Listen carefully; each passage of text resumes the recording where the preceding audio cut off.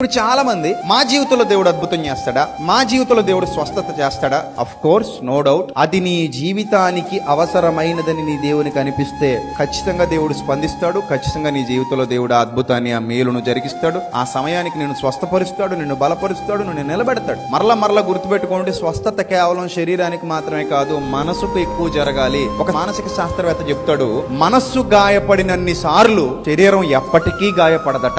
శరీరం 1% గాయపడితే మానవ జీవితంలో మనస్సు 99% గాయపడుతూనే ఉంటుందట. మన గాయములు కట్టువాడు అనగానే మనం కేవలం శరీరం వైపు మాత్రమే చూస్తున్నాం. అసలు ఆత్మయే జీవింపజేయుచున్నది, శరీరము కేవలము నిష్ప్రయోజనం. మానసిక గాయాలు కట్టాలి దేవుడు. ఎన్నిసార్లు మనం గాయపడ్డామో మానసికంగా, ఎన్నిసార్లు మనం కృంగిపోయామో, వాటన్నిటినీ మానుపోవాడు ఆయనే. నీ మానసిక ఆత్మీయ గాయాలు కట్టి నిన్ను బలపరిచి, స్థిరపరిచి, నిలబెట్టాలని దేవుడు కోరుతున్నాడు. కనుక ఆ స్థాయి మనం సంపాదించుకోవాలి.